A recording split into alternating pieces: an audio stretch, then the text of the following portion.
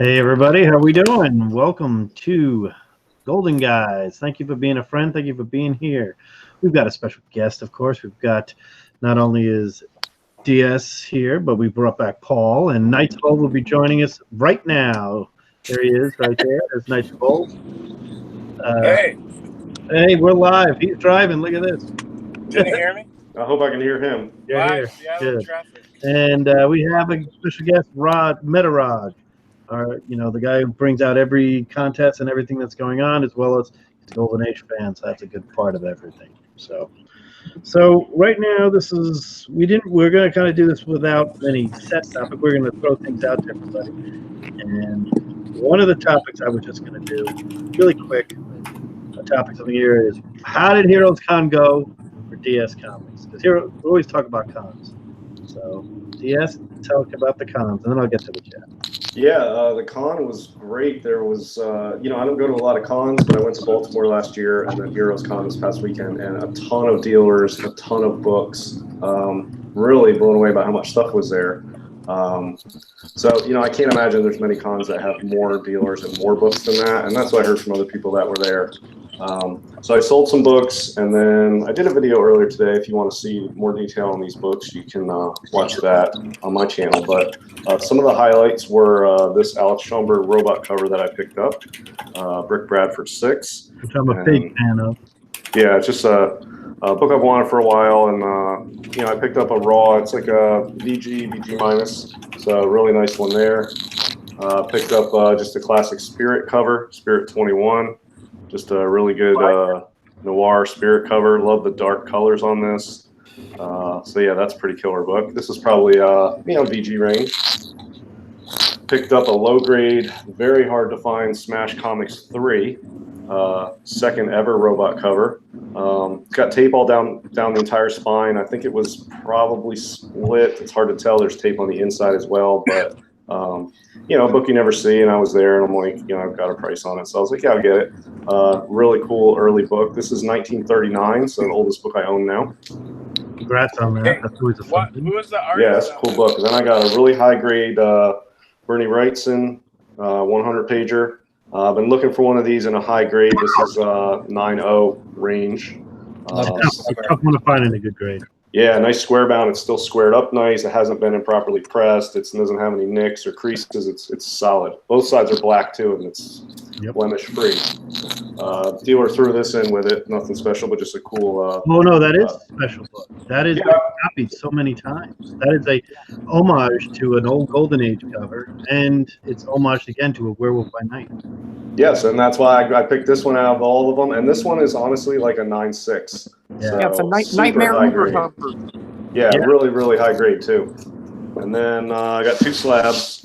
A dealer that I have a really good, I would consider him a friend really in the hobby. Hooked me up on a good price with this Exposed #1, just a really tough 1948 crime book, but with a horror feel on the cover. I wonder, was that used in Sodi? Because I've seen that in several things. It might have been used somewhere. Well, I don't have the Sodi book, and CGC doesn't have a Sodi note on it, so I can't confirm or deny it, but it wouldn't surprise me. Yeah. It's certainly a graphic cover. And then the other thing I picked up is, I was saying before the show, I probably wouldn't grab this if it was on eBay or bid on it in an auction, but you're there and you have it in your hand, and I've been looking for it. So PGX with a little glue on it for a good price. Why not? Daredevil 27, just kill. Wow. Scene on the cement shoes. Not too many covers have that, and most of them that do are Charles Bureau covers anyway. Yeah. Just a really cool book. So I'll crack this out, get the glue off, get it in a CDC case, and then sell it when I upgrade to a better copy. It's not a keeper copy, but I've never had this book, so here we go. Here we go. And that's it. Excellent haul. Good stuff right there. I mean, that's one of the ones you got the round robin right there. You started with some Schomburg. You threw in some. Is that a Will Eisner on the Spirit? I think that one was an Eisner. Yep. Yeah, 22 is the big one, and then this is the one right before that. And Will Eisner is good. Yeah, I'm not a huge I'm not very knowledgeable about the Spirit or Will Eisner stuff, other than that I know some of the classic covers, and that's one of them. So yeah, I grabbed that. That was the last book I grabbed, that Spirit one. So yeah, I was happy to get that.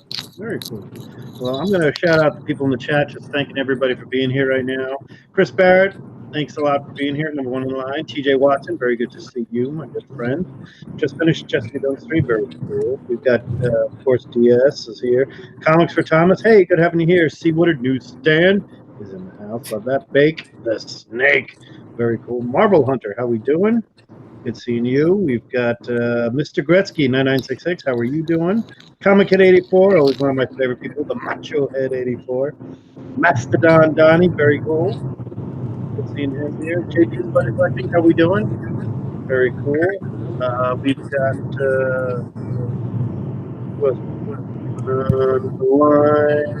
that's about it right now. There's plenty right there. So let me just announce everybody. If anybody wants to take the next one here, we've got Rod and we've got Paul here. We're waiting for Night's Vault to get home, but if you want to know, get a nice scenery look of this area, see that. We're getting a moto vlog here, a little moto vlog. He's hauling ass. He wants to get here. That's it. He wants to get on this chat. So, Paul brought up something very cool. I would love to, something we haven't really talked about too much, his background book. Let's talk about, she's got a new movie eventually coming out right now. Let's talk about some Wonder Woman. That's a beauty right there. That's one I'm working on for somebody. Wow. Look at that. Looks like a nice movie. Now, that's just, any of the old Wonder Woman's are really hot right now, really well. I'm on the hunt for the elephant cover, but I will be on the hunt for that for a little while. Which number is that, Paul? It's number 8. Oh, that's a nice one. Yeah.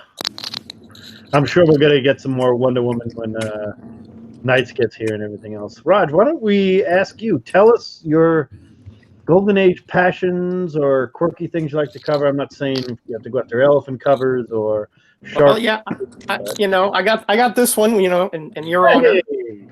I like to pick up the quirky stuff. I think you mentioned that. So, my collection is very odd, weird, whatever you want to call it, right? Because I don't pick up like major characters. I like the obscure. I like the downtrodden. I am, if how many people collect Duke of Darkness or Phantom of the Fair or things like that, that nobody has ever heard of, but they have such interesting and intriguing backgrounds. How these little small publishers, one day saw something and it came out of them that they wanted to show what their ideas is to the world. And so I love all this quirky stuff, like I have a collection of one-shot publishers, I bet you, I don't know why I thought this up, right? But I did research for years and years. I wanted to know companies that only did one comic in their whole publishing life. Okay. So this is what you get. You get Jack the Giant Killer from Bimford. Huh? Everybody knows Bimford, right? No, nobody. I've seen that cover before. Yeah, this is actually a very well done comic. It's I think the art is by H.C. Kuiper. He did a few other Golden Age here and there. Very well. Actually, it's one of the better ones in this little menagerie that I have here. And then this one I just used in a contest, and a lot of people have been complimenting it.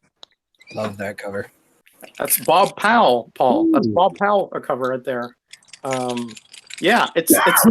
It's bizarre, isn't it? I mean, this is actually got a little bit of a following too. People in my genre look for that book, and when they get it, they show it off, but it's really rare because it's a skull cover. Yeah, it's from 1948, I want to say. I've only seen this one. I got this out of a comic buyer's guide in the 90s. Very cool. It was the only one I've ever seen, so I got it. And it's actually not in bad shape. It's got a bit of a spine roll. But bizarre story. It's actually came out in a radio show back in the 40s, and it was adapted to this comic. And then you also have an Edgar Allan Poe in here. Ooh, Telltale Heart. Really bizarre stuff. Anyway, I'm not gonna monopolize this. I just got a few more. No, we just Then- love it. No, that's why we're here. We feel the same. What we're all All right, about. JD. Here's one that everybody has, of course, right? Jet Pup 3D, anthropomorphic animals in 3 dimensions. Who's the publisher on that one? It's by Dimension Publications. Again, household name, and it does have. Before you ask DS, it does have the Super 3D glasses in there. Yeah, nice. I like it when they have the glasses. Yeah, actually, yeah. This I got this for like 10 or 15 bucks from a little dealer in Orlando, I believe, back in the late 90s. Okay. Terrible 3D effect though. Terrible 3D effect. It looked, it gives you a headache after the 4th page. Yeah, that's my only 3D is the same one that you showed earlier, the elephant one, and it's slabbed. And I heard somebody say, don't ever even try with the glasses. Yeah, it's This is the file copy, so I keep that separate. yeah. I think mine is. I mean, when I got this, I got this JD for 10 bucks, right? Yeah, And I thought it was going to be a beat up rag. It is perfect. It's bone white pages. yeah. Bone In 1984, there was a lot of Harvey books that were found, Yeah, the warehouse finds. Yeah. the warehouse finds, and one of the most common ones in there was the True 3D #1. So it's great that they are affordable. It was affordable for me to get a file copy for under $50 shipped. So I mean, I was amazed. I want to get some of the other Harvey file copies because man, this is just the white in those pages. It's like just bone white. It's whiter than the elephant. that's what I I. used to go on eBay and do a search for the words file copy, and then I would filter it in the category of comics, and you invariably get tons of high grade stuff like that from the 50s that are Harvey stuff. And yeah, you get like 200 and something results. And I used to go through and pick some out, and nobody bids on them often. And you can pick up a lot of really high grade Harvey file copies by just searching file copies in the comics section on eBay if anybody's interested in doing that. Yeah. One of the things about Harvey is they are reasonable. I mean, if it's one of the big keys or one of the big ones that everybody wants or high desirable one, that tends to be an issue. But if it's not, you want to start, look at some Golden Age art and look at some storytelling of Harvey did. It's there. I mean, and they were usually from, I think Harvey was 51 to 54 was this find. And I've heard stories that it was in Arizona. Is that right? The big find was in Arizona. Somewhere with, it was something. It was somewhere where they were very well preserved. So probably a low humidity state. Yeah. Yeah. So I think it was Arizona, because that's what the guys at Bedrock City, Rich at Bedrock, and other guys, we were talking about it because he has a bunch of the file copies for his own personal collection. But I just love the fact that we are all showing. We all Golden Age collectors tend to gravitate towards similar aspects, whether it be the quirkiness of the one and done books like Space Crafts in 3D. Looks like a Jetsons thing going on. Space Cadets. It's a play on words. Space Cat-ettes. Space Cat-ettes. Nice. It's another anthropomorphic 3D comic. Very cool. Again, this one, by the way, is actually well done 3D. Believe it or not, from 1953, I believe. Just bizarre stuff. I thought it was associated with the other one, but it's not.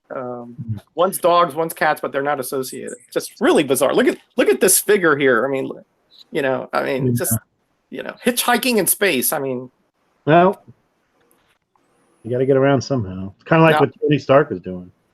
Yeah, that's right. Now this is an interesting one, guys. This is a really interesting comic. Conqueror Comics from 1946, I want to say, maybe 47. It's sort of a science fiction historical drama.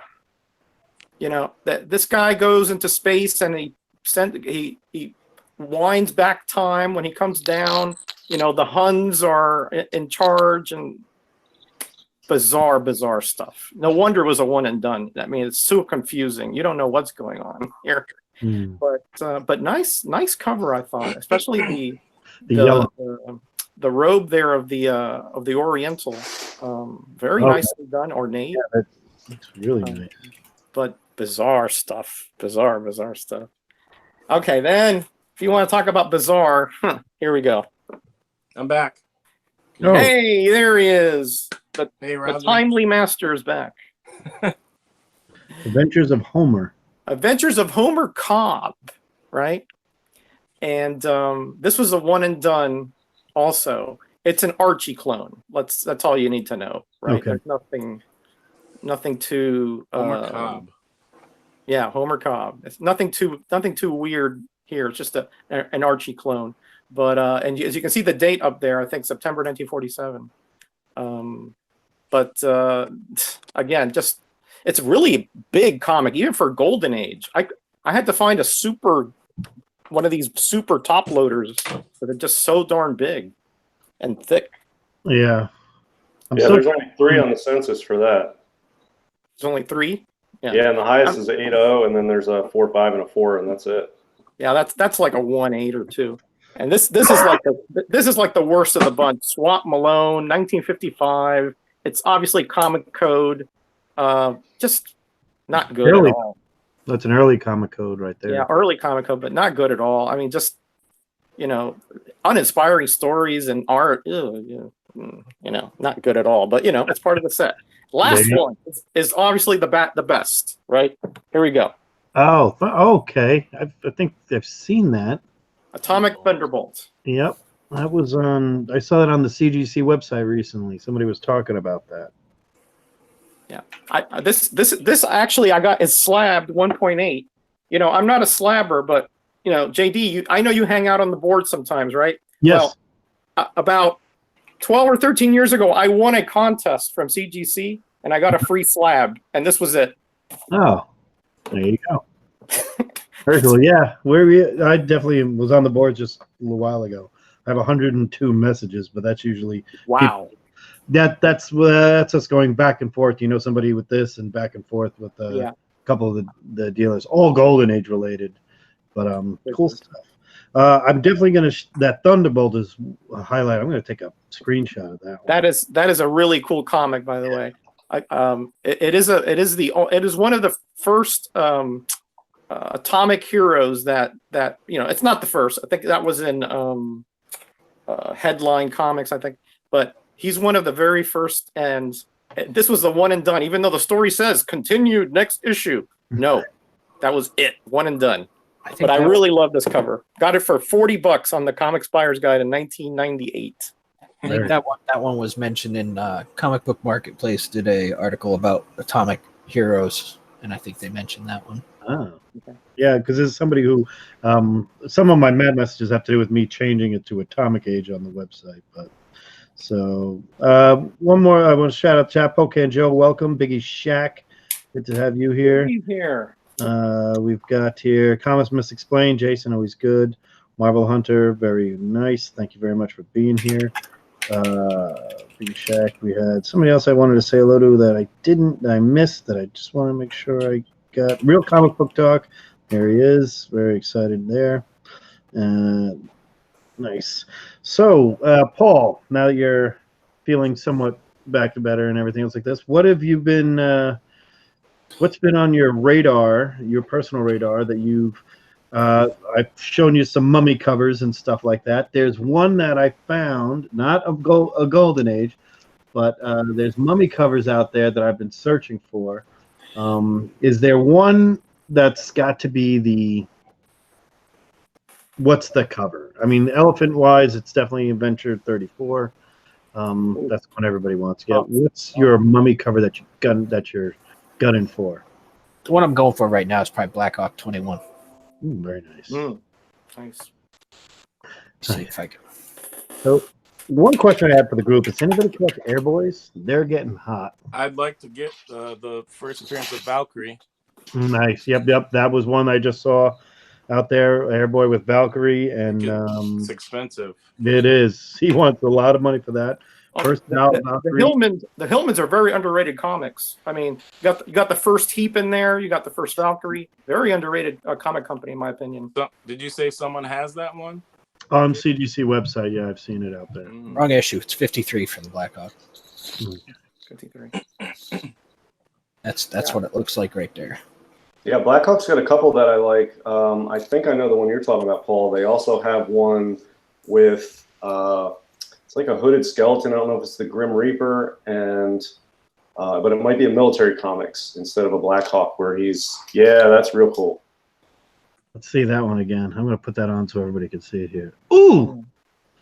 Yeah, there's a couple really good ones in the Blackhawk. There's one with Death has his hand on Blackhawk's shoulder while he's contemplating stuff. And then there's one with a robot, a really cool robot cover that I like. But that one also is one of the better ones. And then there's one with a woman fighting some crazy monster, I think, and he's saving her. I'm not sure. But that's probably a Reed Crandall cover there, Paul? Yeah, that one is a Crandall. Yeah, very underrated artist. How Evan come brought out, Blackhawk has never taken off? Like, do they make any movies or any? It could be cool, like anime or something. There was rumors about it that Spielberg was going to be doing something with it. That was, I heard that. That was about 2 years ago where that was going on. I haven't heard anything since, but Spielberg was a big fan of Black. Dark Knight's Metal came out and ruined the Blackhawks. So, yep. Evan brought up Tales to Astonish 8, one of my favorite mummy covers out there. Yeah. There's a few of them out there. I've sent Paul a few pictures of them. Big mummy. A big takes up the whole page. Yeah. Come literally the size of the pyramid almost. Yeah, it's massive. Yeah. Yep. I mean, I'm still going through my photo journals, trying to find more covers to add to my list. Here's one Airboy cover you guys can add to your list if you can find it. Really cool, like the spaghetti sort of monsters coming out of the skull castle and wrapping around Airboy in his plane. Really tough one to find. Really cool cover. I just really love this one. This is the only Airboy I own. I do like the Heap and the later Airboy issues. And this is like a volume 5, so it's not one of the early ones, but just super cool. Yeah, I was Captain America going. number 8 has Bucky getting turned into a mummy. Oh, nice. Not one of my favorite covers, but it is Jack Kirby. There's a Journey into Mysteries. There's a few of those that are early Journey into Mystery. That there's one that's a mummy. I think it's 60 something. So I've been looking at some of the early books where they name the character like Thor with 2 R's, the Hulk, and everything else. I've kind of been debating on if I want to go down that road of the Sorcerer instead of Doctor Strange. They're not really considered Golden Age. They're definitely early Silver, pre-Hero Silver, because they're after 50. Some of them are, if it's after 56, we're gonna. There's definitely quite a few of them prototype issues. Yeah, and I like them. I mean, and some of the art on them, especially some of the early Strange Tales and some of the art, the Dick Ayers, and you got the Jack Kirby's in there. You got a lot of good art if you're interested in that stuff, and the origins are somewhat there, some similar. Very cool. Groot is a great example. Yep. Marvel Mystery 71 has some mummy stuff going on too. First appearance of Groot. Yep. That they do a what's that? Where Monsters Dwell is a kind of a swipe of that book. Reprinting, I guess. Yeah, I think they reprint. Yeah. Oh, that Marvel Mystery 71. That's what Miss Explain was looking for. Some mummy honeys. Oh, Mummy Honey's right there. Nice. Oh, I didn't know that was a fetish. Did someone say photojournals? Ooh, I did. you got to see. Knight's got the whole book out.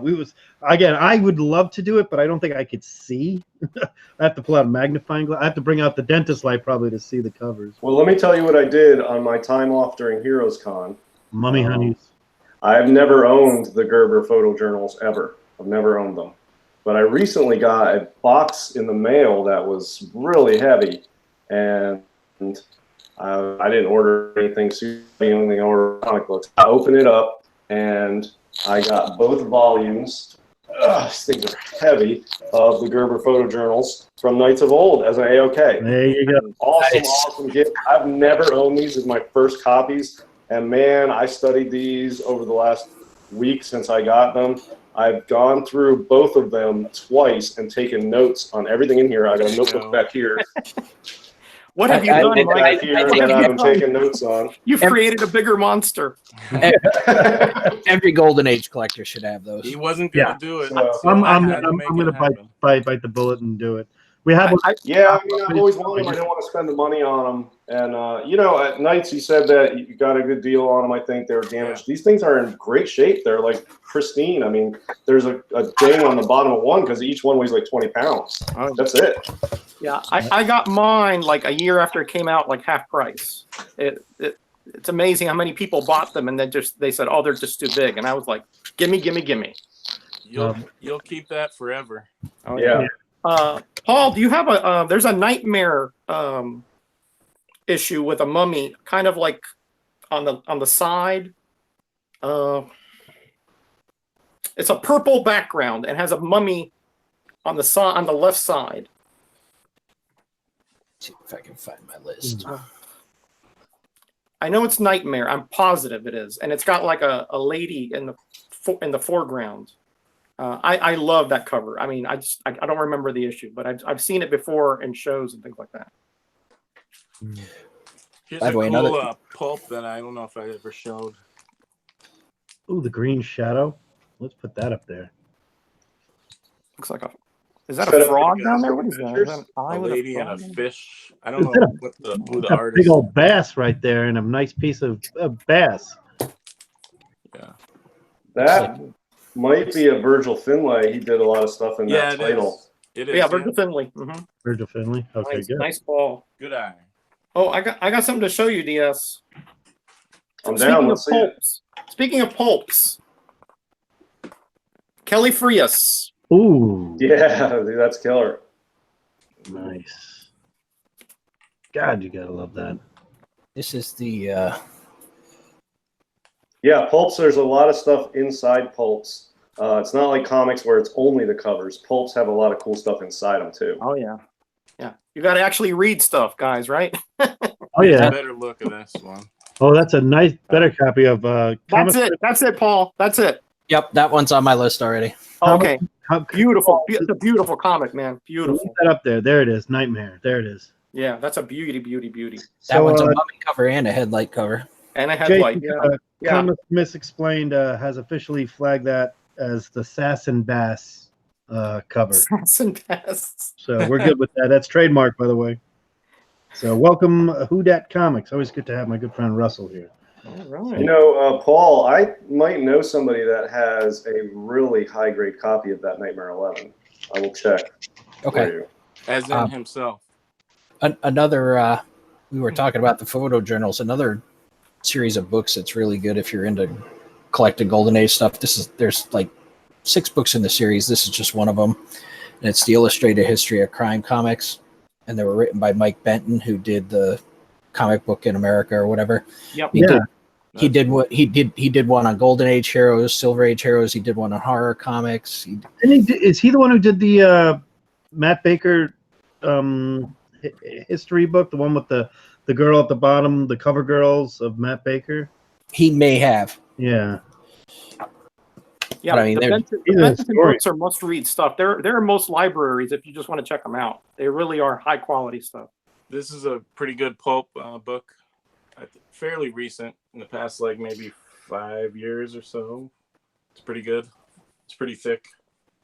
It's got lots of great drawings and You know, pulps are odd. You know, comics are very they're collected, they're studied, they're dissected to the nth degree. But pulps, they're kind of like just ignored to a great degree. There are very few shows that have them, but they're awesome parts of pulp of ephemera history. Yeah, when we discussed the pulps, it's one of the things we talk about. Is how we go to cons, you see one guy with them. Yeah, if that. If that, and but there is an entire pulp group I think it's in Oklahoma, where a couple of the guys like Midwest Comic Geek, Tom there, and a couple of the Midwest, the guy in Tulsa and everything else, they get together and they're all pulp guys, and they're a clique, man. Oh, You know, don't show up with the Golden Age comics at these cons or ask for one. were there any pulps Just at no pulps. Heroes Con?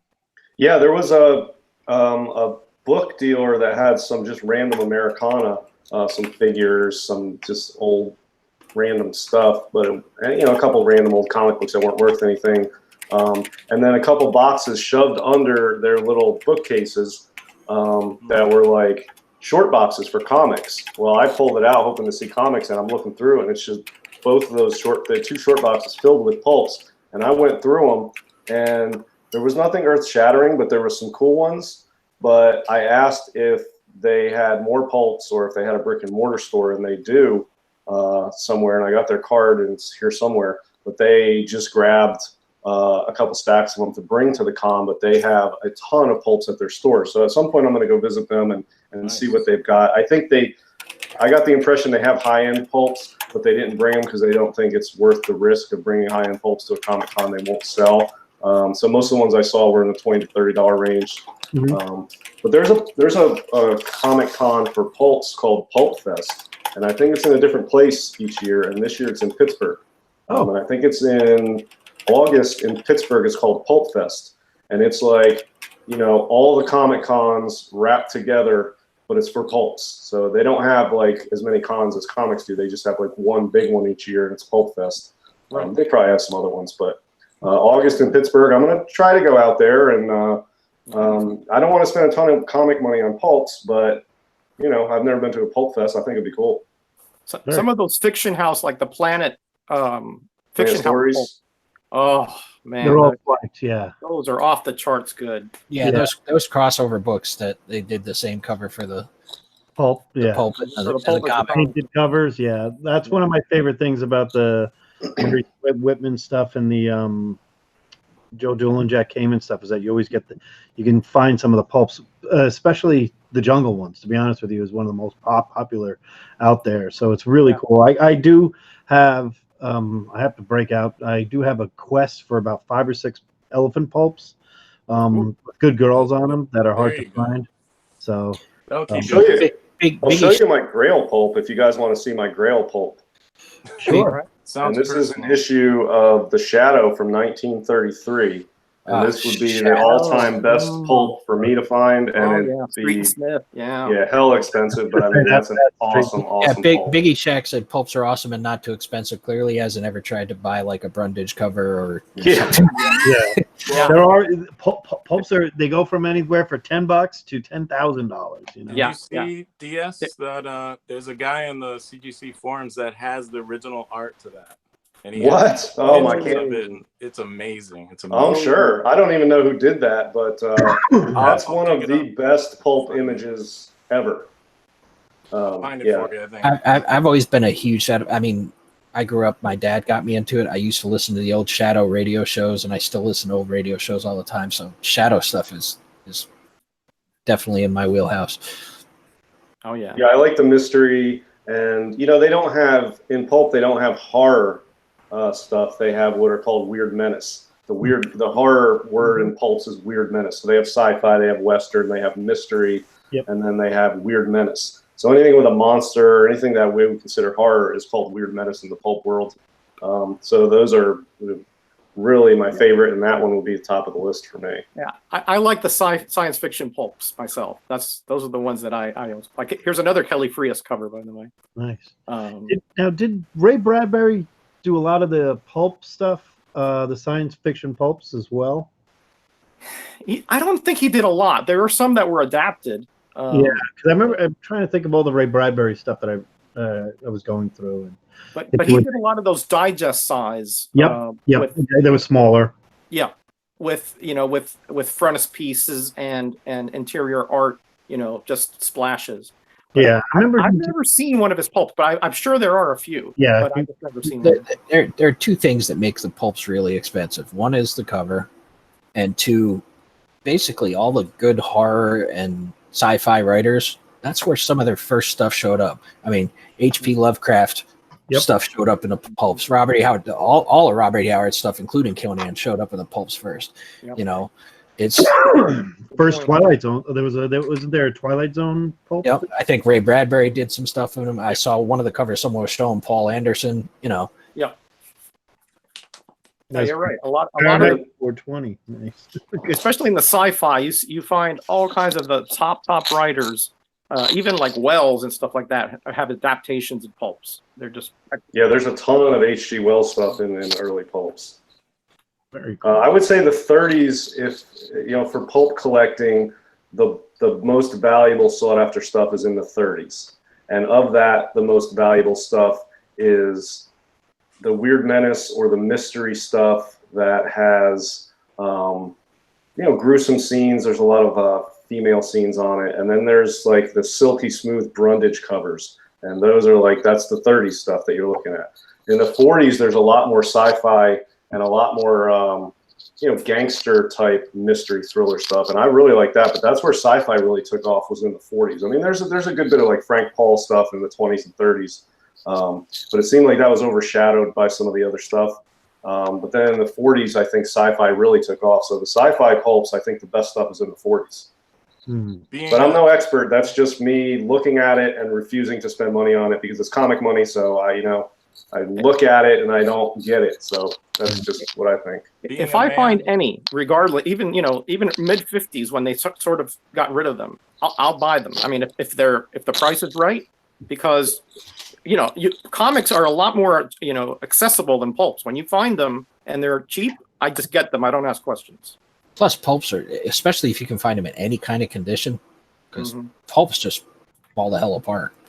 Yeah, it's like the time machine. When he went to the library and he tried to pick up a book and it disintegrated. Pulps are like that. They, unless you take care of them, they'll disintegrate.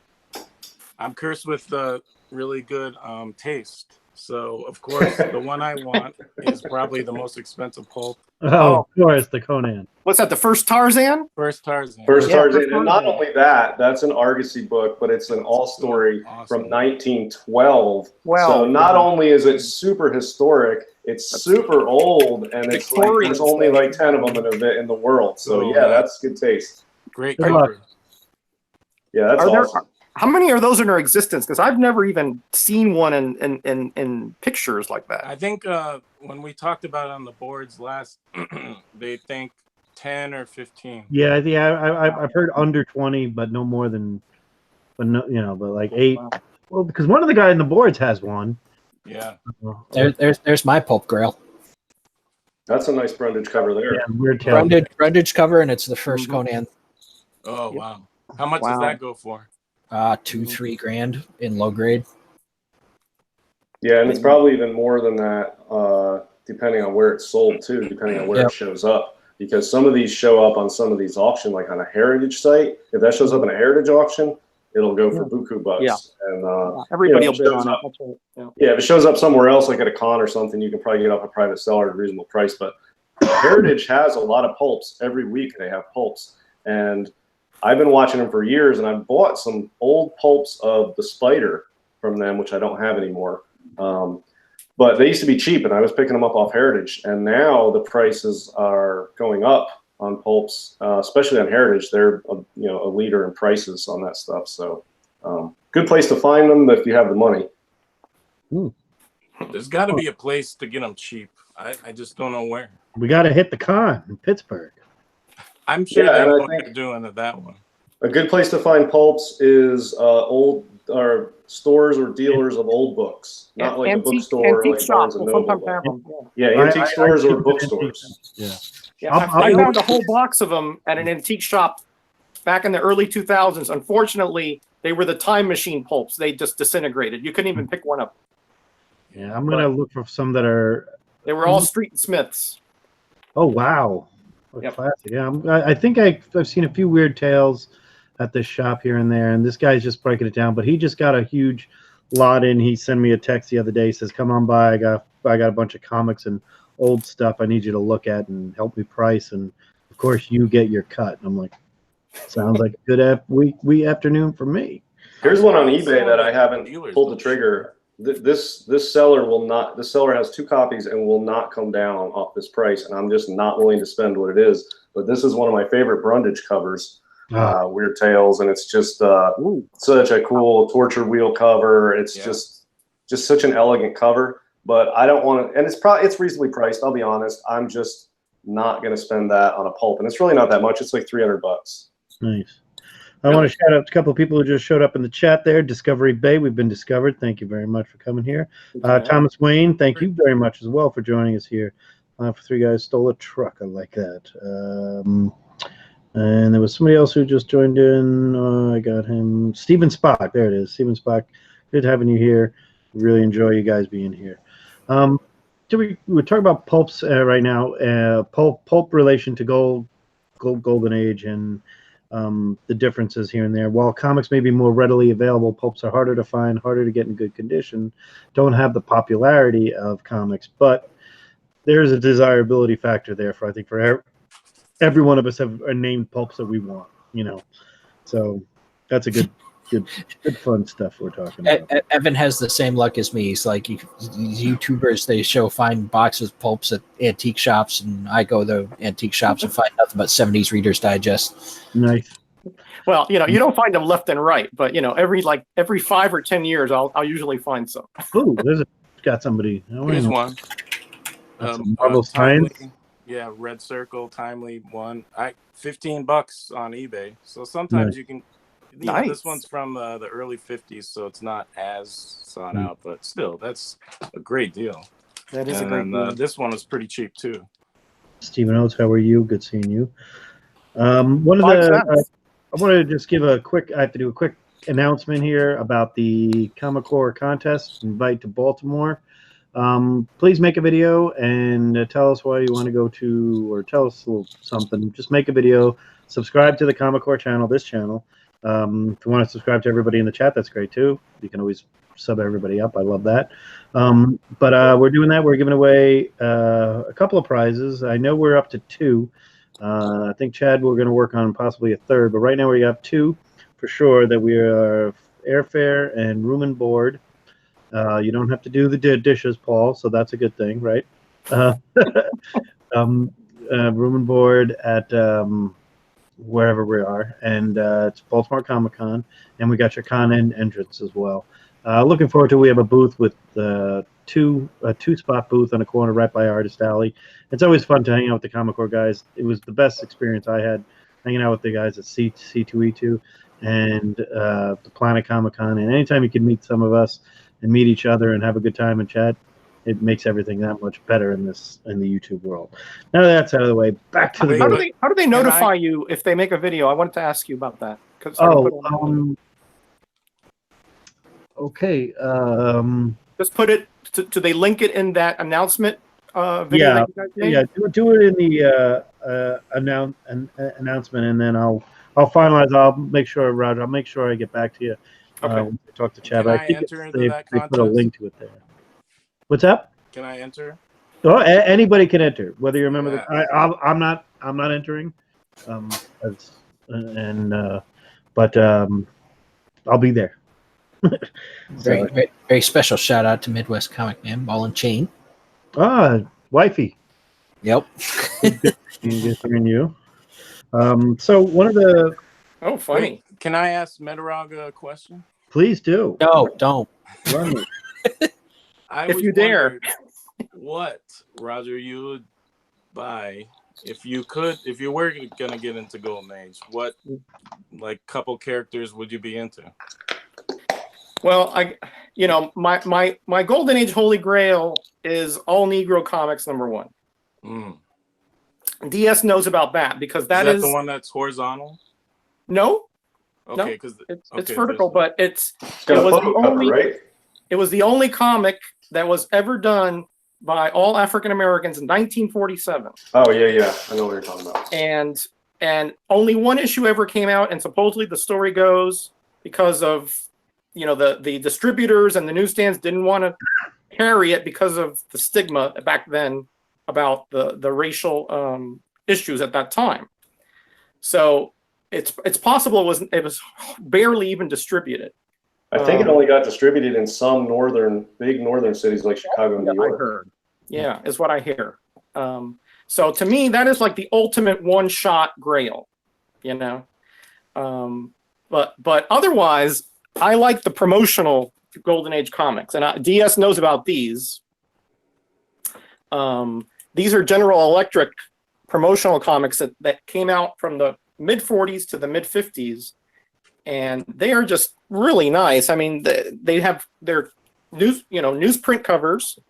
This is not General Electric. This is Story of Grain, but they reflect so much about society at the time. Like one of these has a chart about the speeds of airplanes, and the speed of sound is not even there yet because that happened in 1947 when they broke Chuck Yeager.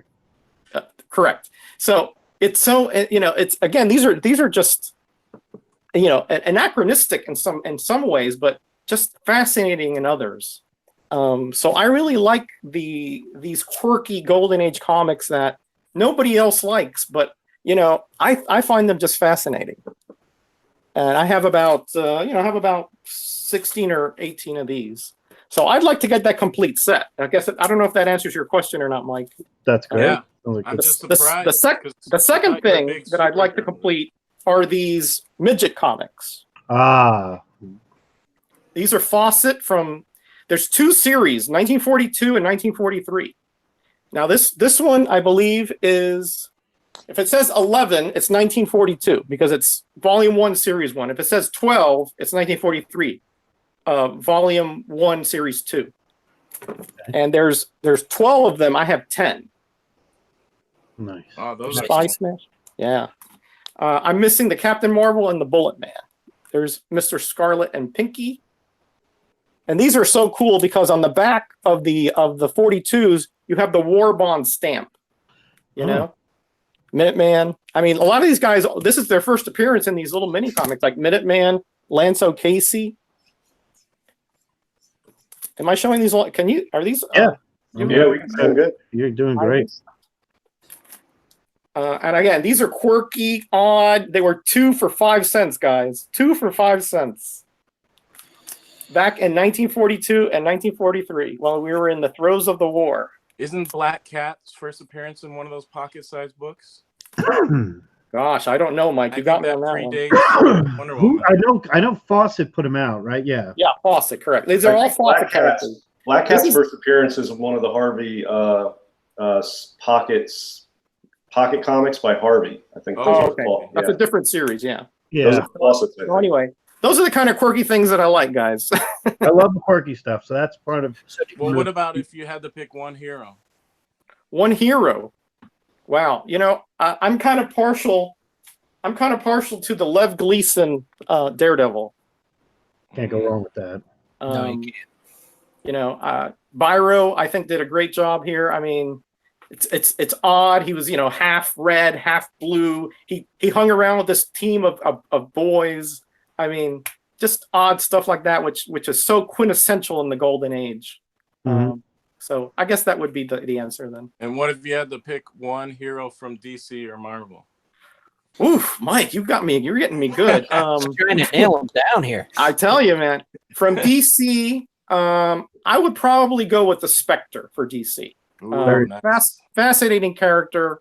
All kinds of ways you can take them in this. You can take them into mystical realm. You can take them into superhero realm. You can take them in any way you want. Marvel. Wow. Man. That's a good one, Mike. I'm kind of partial to Captain America, if you want to know the truth. I have a big Silver and Bronze Age run of him, and sounds good to me. and so, I mean, obviously, you have all these, but those 50s when they did them, kind of with the weird Captain Tommy America Smasher. tales, though that little short run, that I would love to have that little run there. The weird tales Captain America. Yeah. Yeah. That was a Talk real about hard one to those find or there, when number he was 73. fighting the Reds? That one. You talking about the Weird Tales or the 3 where he's fighting the brief in the 50s when the Korean War I think started? That's correct. Yeah, okay, That's right. those ones. Yeah. Commie Smasher. The Commie Smasher Cap. Yeah, that's right. Shout out to the great legend who John joined us. Thanks Romita, a lot. I think. Oh, great legends in the house. Wow. Yeah, he calmed me down. I told him, I don't know if I can hang with these big boys, and he's like, oh, you'll do fine. Oh, we're fun. Wait, I I got one more thing. let's do it. The comic that I was talking about when you mentioned the All Negroes. Yeah. was called Best Comics, I think, and it's like a horizontal, and supposedly it's one of the first. I don't know if it's the first, but or the first African American. It's 1939, first black hero in comics, supposedly. So you have to check that out if you don't know what that is. Best Comics #1. I think Best Comics 1. I think there was 3 in that set. It was Best Comics 1, 2, and 3. Yeah. All right, well, all of them were sideways, I think. But that's really cool and super, super hard to get, man. Were those Nidors? Let's see. I know America's Best was Nidor, but I think Best was a separate publisher. Yeah, I can't tell. Okay, I'll look it up. I'll look But it up. very I'll look it cool. up when we finish up here. Yeah, because I'd like to see that. Yeah, it sounds interesting. What sensation is that you got hiding back there, Knights? Oh, I got a couple here. Let's see. Yeah. This one, I think I showed that one before. Yeah, that's a good one. And then this one, it's number 15. Nice. Which I really like because she doesn't fight the military very often. And this one, even this is what's kind of tame, but you know, she's ripping up a battleship. It's pretty cool. I like the one where she's bowling and it's Hitler's head and all that. Yeah. Yeah. That one's really awesome. Classic stuff, man. But I got, I was going to show one. You wanted me to show some Wonder Woman stuff, so here's a good one. Oh man, you're kidding me, right? Jeez. That's a rare one. Man.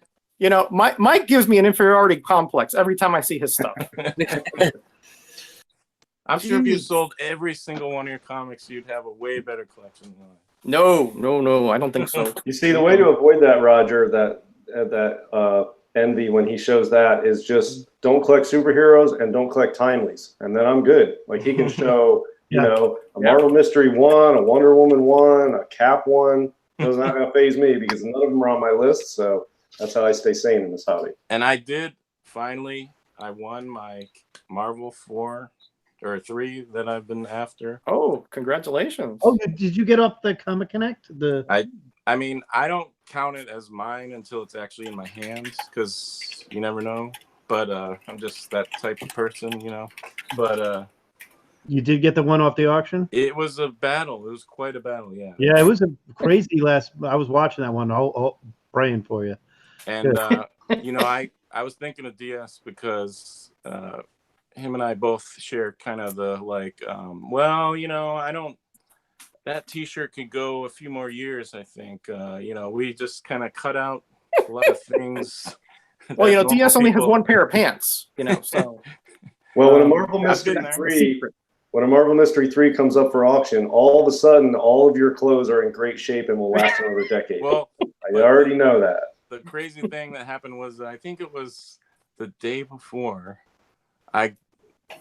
they are messing up with our parking garage at work, and they keep like every year they'll somehow there'll be more spaces, but they keep getting tighter and tighter size, so it's really hard to maneuver in there. And I don't know what I did, but I like scraped the whole side of my car. And it was like a day or two before that auction, and I was just like, well, I'm not fixing that thing. That'll stay there for a while. Got this auction coming up. It still gets you from point A to point B. Right? It's still structurally sound. Well, hey, my neighbor backed into my car and just dented like the front quarter panel, and I filed a claim with their insurance and got the money and basically split it. I gave half of it into the family house fund and half of it went to comics. I never got the car fixed because it still works. It's a little dent. I pulled it out. I banged it out from the inside, and it's decent. So yeah, I'm not spending that money to get a quarter panel fixed. That comics I need to buy. The little secrets of funding your golden age habits here on the Golden Guys. Yes. What do you do to hide the dough? So one of the I wanted to shout out the Comic Link auction that's out right now. Just one thing out there. There is a Batman 1 in a 0.5 that is complete, I've been told. Looks like there's a lot of problems with it, but it's a 0.5. What are you going to do? Just throwing it out there. Current bid with about a week to go. a week and a half to go. Does it have a period before the 1 or no period? No, it's a 0.5. No, I mean on the actual cover itself. Does it say number period 1 or just no 1? Number period 1. Okay. Yeah, page 16 to 22 is missing. Spine, completely incomplete. Cover is detached, and it's a 0.5, which a blue label, by the way. But still up to $12,000. So it's missing a wrap. Yeah. And then you've got here the other big Golden Age ones. The one I was kind of shocked about that it's already up to this high, but maybe I'm wrong. Human Torch 23, the robot cover. A 5.0, beautiful grade. What are you showing there, Mike? Well, the camera's locked on me, so I figured I'd take advantage. Yeah, I do lock it anymore. I did lock it. John's Comics with Kids was mentioning my silent issue that he saw in the background, which, by the way, I got for Father's Day, this great comic rack. I had it for a while, but it was all messed up, and my wife I have that to Captain me, Gallant. got it all fixed, so that was really cool. But You have the Captain Gallant? Yep. here's the signed by Larry Hama. So Yeah, I have a Captain Gallant in one of my books here. I found him at an antique shop. It was actually underneath 3 books, and I bought all 4 of them. Does yours have the Heinz ad in the back, or it has a certificate? Certificate. Okay. All right. What's the current bid on that Human Torch 23 and 5.0? Human Torch 23 current bid is with 9 days to go, 2,300. That'll fly. Oh, that'll go up. Yeah. That's a Schoenberg, beautiful robot cover there. I think just one of those great covers. One that I'm shocked it's low as it is an Exciting Comics number 9, Nidor. First appearance and origin of the Black Terror. Underrated from that area, with great good girl art, complete great bondage cover, and it's Nidor, and it's also got that lovely overpriced CBA sticker on it, which I could care less. Didn't the Black Terror come back maybe about 20 years ago in another small press publisher? Well, had the big crossbones. Maybe. I thought that was I remember that series, and it was well done. Yeah, I actually overbid on a book on Comic Link. They don't have a watch list, and I was at the con when this Comic Link auction opened. So when I got back in town, I went on there and entered some bids so I could track some items. And I just threw out a bid on this one LB Cole book. I'm like, it's going to go way higher than that. I may not want to buy it, but let me just throw a bid out. So I threw a decent sized bid because it was already up. And now I'm looking at it, and it's a slightly brittle pages. It's not going to go for full value, and I'm on the hook for it right now. It's still the highest bidder after like 4 days or something. So I might end up with it. The Marvel Mystery. Dynamite did some Black Terror books. They did their Project Superpowers with Alex Ross. That's what I'm thinking. Exactly. Yeah, The Project Superpowers. Great Alex Ross They covers. did Daredevil too, and those were really well done. Oh, TJ is showing the 0.1 CBCS. I did see that has like a shark bite taken out of the back of a Batman it's just the back page. Let me see if I could show it really quickly. The guy wants $10,000. Oh my gosh! $10,000 for the back page. That's not a comic. It's the back page of a Tech 27 with the full-on Jaws attack.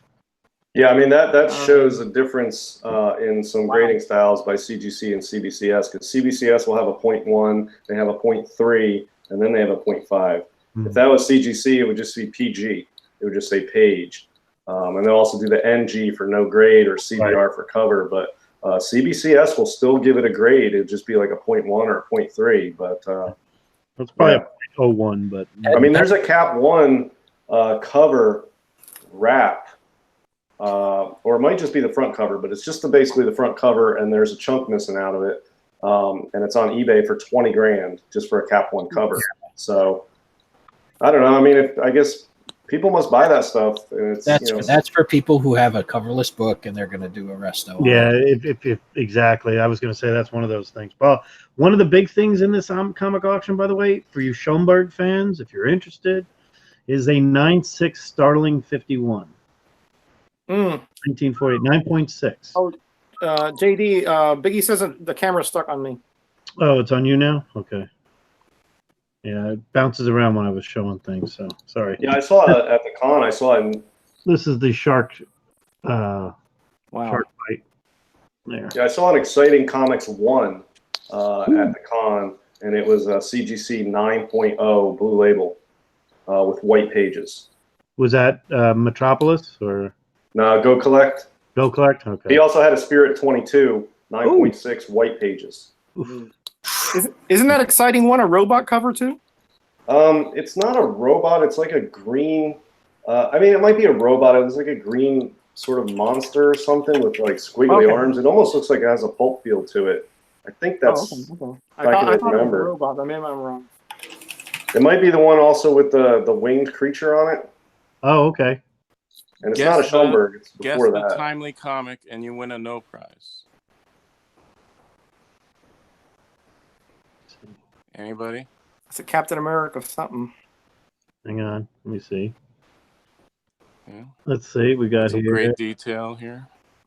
Really nice weapons and. Is it a all select? I'll select. All winners? All select? All winners? I think it's an all winners. It's Yeah. I'll select something. I bet. Yeah, Say okay, we'll show 9. a little more. Pull back a little bit. Oh. All select number 9 is my guess. Wow. Captain yeah. America. 30, Oh, 33. I was on the right track. At Oh, first. you know what? That's a class. Look at that book. Where's Tony Sanders? Should be watching that. Oh I- man, and that is beautiful. I would Great call battle. it. I would call exciting a robot cover. Exciting one. So there's also an interesting. Yeah, it actually wasn't. It was this one. Oh, okay. Number 5. Yeah, this is the one I'm Okay, talking about. okay. But 9.0 white pages. But that Go Collect's booth was like a museum. They had a Batman 1 and a 5.5.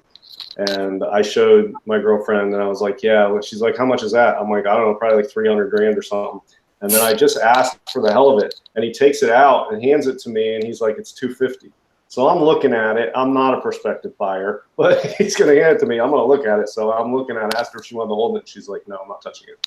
But, yeah, he had it for sale, 250.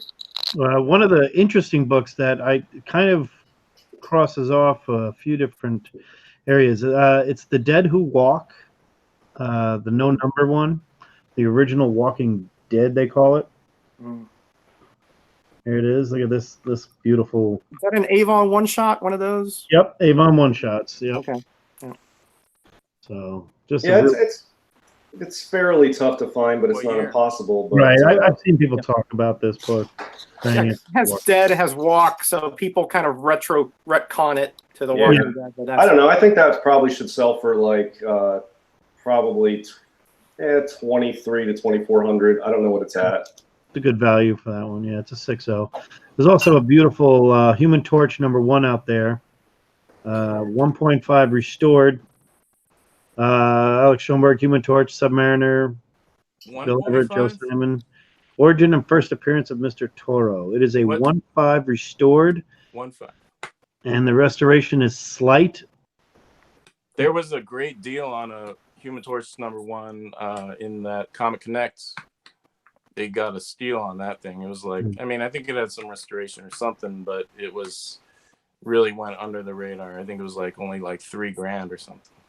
There's a Captain America Captain America 2 restored, which looks awfully. It's almost similar cover to the 33. Are you talking Heritage or the new Comic Connect? This is new Comic Link there. oh, It's Comic not Link. this one. Gosh, and there's then way they- too many. Yeah, there is. But if you have your favorites, like I don't like Heritage as much. I think all the upcharges and everything else. But by the time you're done, you kind of okay. That's yeah, what that buyer's premium is rough. Right. Rough. And you Plus got a Lightning Comics Volume 3 #1 from 1942 from Ace Periodicals, and a 5.0 is out there. Yeah, Lightning's a tough title to find. Yep, they've got a 5.0 out there. That'll fly, I'm sure. Yeah, because when you see what the other books around it are there, and a Mr. Mystery. Everybody's gonna love a Mr. Mystery out there. What number? The one they got this time is #4 and a 5.5. It's the one with the painted, with the girl getting bonded and he paints her getting stabbed. Wow. Yeah, that's decent, middle of the pack. For Mr. Mystery, the top ones are 6, 12, and 18. Okay. Those are the top three, and those command pretty big prices. Yeah, all those that are 6 apart. Yeah, those are Bernard Bailey art on almost all of the covers in Mr. Mystery except for 6. This is Mike Esposito, Mr. Mystery number 4. So here I'll show this little. You can see here this ghoul is painting her, and he's got the knife in his hand, and the painting is her getting stabbed, same position. Pretty cool. Yeah, I think the reason some of the prices are down on some of those other issues in that title, though, they have a good group of them where they have that red strip on the side. Yep. And then they stripped the title down and made it real bare too. So it takes away from the aesthetic quality of that cover with that red stripe and the title pattern. The big issues don't have that. But there's still some good covers, but I think they suffer a little more in price because of that red stripe down the side. It looks hokey. Oh, and they got a Thing 15 out there. Yeah, that's a Ditko worm, Yep. giant worm destroying Worm the city. with the Inferno in the background. Yeah, that's a classic. I picked up mine like 2 or 3 years ago, 6.0 white pages, so I'm set, and I'm glad I got it. Very good for you. This is a 4.0 off-white, but beautiful book. Yeah, it's probably 1,800 to 2,000 for that book. Yeah, they're hard to find. Blue Bolts. LB Cole Blue Bolt number 108, which is the space one. And then Captain America USA, Schoenberg's. There's a bunch of good stuff out there. Ghostly Weird, which is that LB Cole, the one I wanted, the one we were talking about last week that I couldn't figure out what it was. Number 122. Yeah. The guy getting like blown apart or whatever. Yeah, slightly brittle pages on the high bidder. Oh, that's you? Yeah. That's a good one. I didn't realize it's a good one. I don't want a slightly brittle. I don't want to pay up for a slightly brittle page copy of that, but I'm the high bidder on that. That's the one I was talking about. Oh, there you I go. just threw a bid in. I'm like, yeah, it'll go way higher than that. And then not necessarily now. I didn't know it's slightly brittle, but I've done it too. I bought some elephant books. I'm like, damn it. Do we know Yep, anyone? I'll be who's honest with you, there's into a lot of- Fox comics. Do we have any collectors in the community that are into Fox comics? I mean, JD has some. I have a few Fox comics. Joe, Rula. I like those. I've been looking at some of the early, I'm guessing Lou Fine covers. It's Like it's Wonderworld you find 4. it Joe Doolin, so yeah. Wonderworld 4. Ooh. Yeah, the Wonder Worlds are real good. That's Yeah. amazing. That is a great title. Yeah, great Yeah, title. Fox is a good. There is a you go, Roger. Well, I don't have any, but You and Bub, right? He'll do Planets, and you can do Mystery Men and Wonder Woman. I used to have a few of those thick Fox ones. They compiled a bunch of different ones, all good or something. Yeah, Yeah. they're the ones that came out in the These things are huge. I mean, these things are like 50s. They were about encyclopedias. Yeah. I I'll tell you another- sold them though when I needed money for college, maybe 25 years ago. Yeah, another similar title to that is Captain Science. That's got some Yep. good Joe Yeah. Simon covers. I'm buying covers. or a captain. There's a Captain Science like there's LB Cole Captain Sciences. There's one actually. I was asking if anybody here. Or Science If comics, just anybody- Science. Yeah, there's one I'm looking for. It's Space Detective number 3. Anybody sees that one around? That's on my. Is that with the female werewolf? It's figure? vampire head in the background and a woman getting there on a planet in the moon. I'll bring it up here. It's one of my favorites. You probably have seen it. If I ever do a show, one of my things that TJ's got this Blue Beetle. Wow, Blue Beetle number 7. Another Real Fox. Blue Beetle, best costume. All right, guys, I got to go. It's been fun. Yep. I'll try to watch the rest of this on the replay. I'm See you going to later. show that Space Detective 3 right there. We were a little late because we had to drive home. We had a carpool. You know what book I would love to have, and I never see it ever, so I hesitate to even say it, but whatever. Is one of those? I'd like to get some of those Nelvanas, those Canadian. Oh, Canadian Whites. Yeah. Oh, There's a few people on the boards that have them. Yeah. It's always I think Canadian. they have all of them. Yeah. There's the Space Detective 3. those are super tough to find, Mike, because in Canada, of course, the distribution was a lot less. And Nelvana of the Northern Lights, I think, is the first or early she was on. In Triumph, I think she first appeared, and then Oh, it was a Triumph. Okay, she but might man, have one. I've only seen one or two of those ever. Oh, that's a great Space Detective. Yeah, that's Raymond Kinsler right there. This is the one with the. This is like there's like 5 vampire covers. I've got 3 of them that I'm desperate to get. I just want to try to get as many of these as I can, and I love the good girl art on here. What year are they? This one, this Space Detective 3, I think it's got to be 50 something. Why is it on here? Hang on, I gotta go back. Space Detective 3 is no, not that one. They've got 3 different volumes of it. Almost looks like Sinestro, that guy in the back there. Yeah, it's just cool looking. It's a vampire though for sure, because it's like a vampire from space, and he's got these green epaulets and everything. He's just. It's like maybe that's where they took Plan 9 from outer space. You know, they had that Bela you Lugosi. never know. Yeah. According to this, 1951. But that's yeah. Hey, Roger, do you remember the first time you ever saw Golden Age books and maybe chose to not buy them? Oh, yeah. Yeah. When I was a youngster, I used to go to the comic book shop down in Miami, and you know, they used to have like a lot of early Atlas stuff. I don't know. I guess it's Atom Age. You know, I'm in the Don Rosa camp. You know, I think, you know, you can't really classify Golden Age if they're in the 50s. Mm-hmm. They're just totally different. You can adapt Atomic Age with me, Raj. We're good. Okay, good. Or pre-hero. I've heard it called the pre-hero. Right? Pre-hero, right? But and they used to have in there all those you know, Atlas from the mid 50s, early 50s, and man, I you know, back then they were affordable. You know, $30, $40, but to a 12, 13-year-old kid, that might as well be $1 million. You know. But they were, it's the same books with me. It was going to a comic shop in New York, and it was Atlas books, and it was I was into. It was probably around the year Tombstone came out. I was looking at Wyatt Earps and stuff like that, those Golden Age Wyatt Earps and stuff, and Apache Kids and Blaze Carson. Some weird names, I know, but Blaze Carson.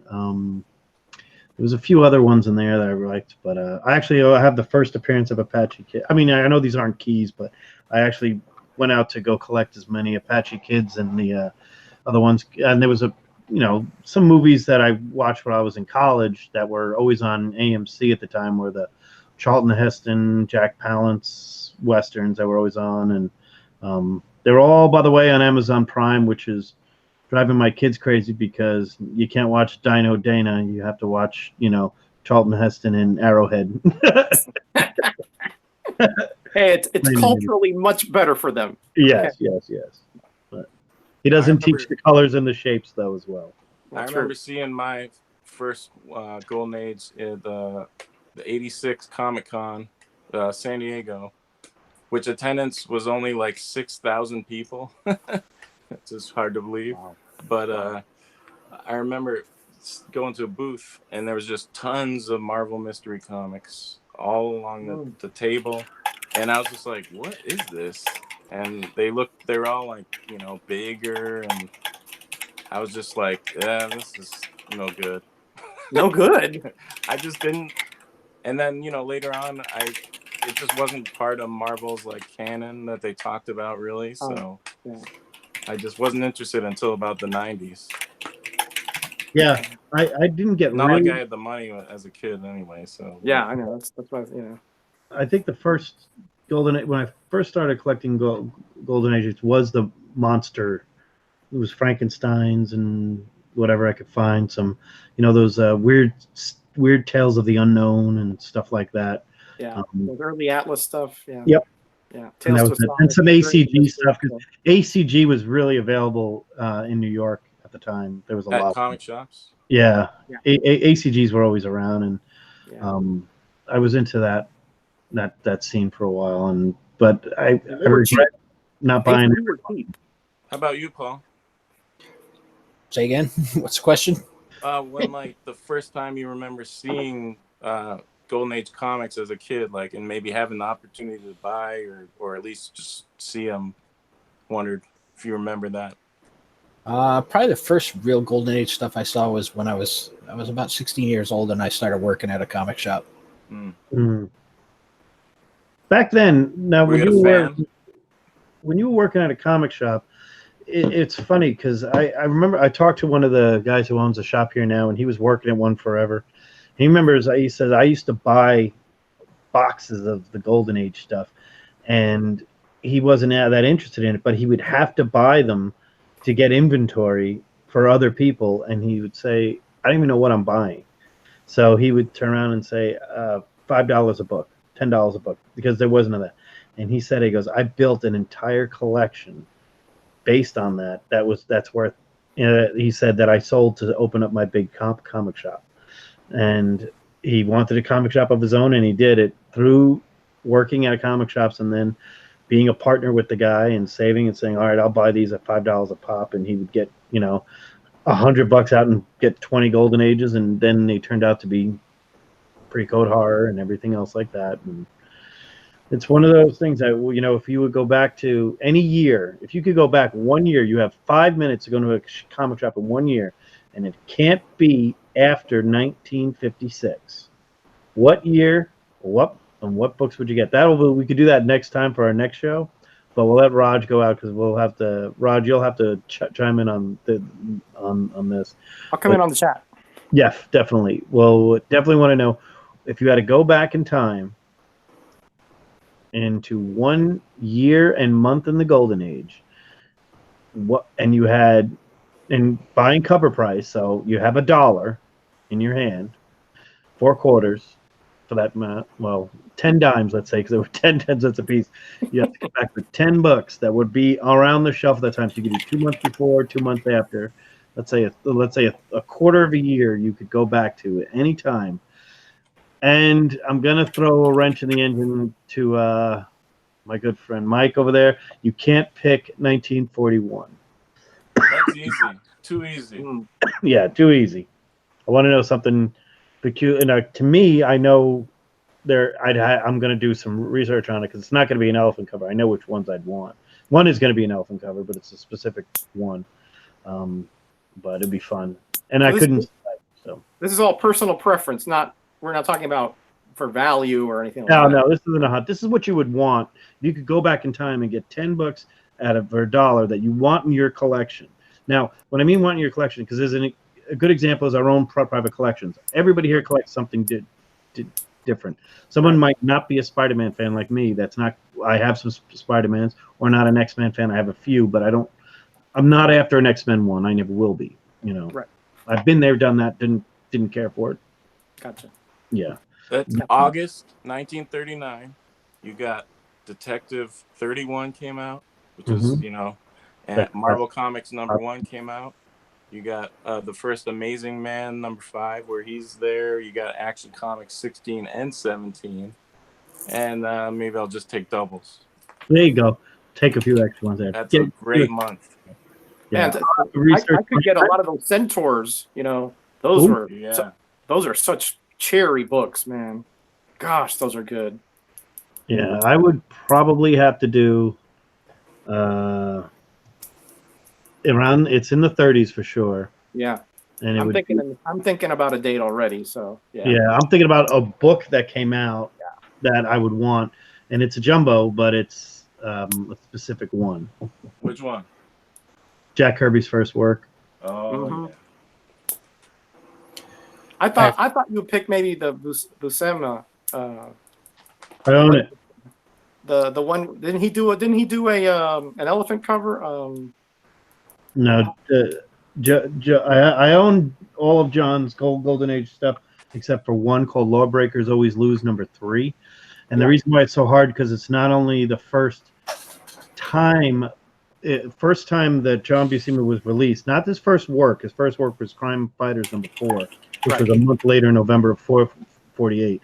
It was the first. That book came out in November of 48, or it's listed November 48. But his first that's his first work. But his first time he was ever published work was just before it. That was called Lawbreakers Always Lose #3. And it's not only his first work, but it's also, I think, Gil Kane and Gene Colan's, or Gene Colan's second, or Gil Kane's second. It's like Stan went out and hired the bullpen for that book. Gotcha. And it's Stan Lee. It's a Marvel. It's a Atlas iconic book, but it's hard to find. Like technically all of them are not easy to find. But I always. Do you have his romance stuff too? Like I have a few of them. Love cowboy stories. romances or whatever. I have a From few of the late the 40s.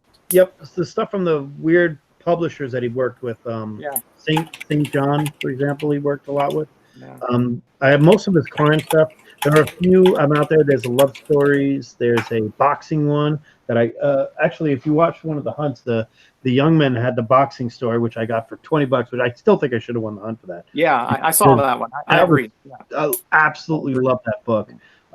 Just for the story alone. He didn't do the cover, but it's just an absolute fantastic story on the inside. And John's first time, how Stan hired John, according to the lore, is that John was drawing boxers at a boxing ring because John was a big dude and he wanted to fight, and he was training and he was sitting there with a pad and drawing away. And Stanley says, how about I come and he gave the kid a job, and he came by like a week or two later on, and he asked him to do some stuff. And the first thing he asked him to do was the Abraham Lincoln's grave being stolen story for Crime Fighters. Crime Fighters #4. Yeah, Crime Fighters #4. Yeah. Nice.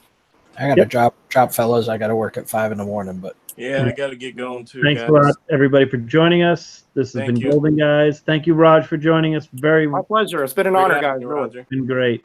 Thank you all for being a friend. Thanks everybody in the chat. If I didn't shout out your name, I do apologize. And don't forget, we're doing that giveaway to Baltimore Comic-Con. And stay tuned for some more stuff on the core this week. Unlimited tomorrow, Swamp Thing Thursday, which I might not be able to attend. And, of course, Friday, Off the Rails. Thanks again, you all, for being a friend. Thanks, JD. Take care, guys. Bye. Bye-bye.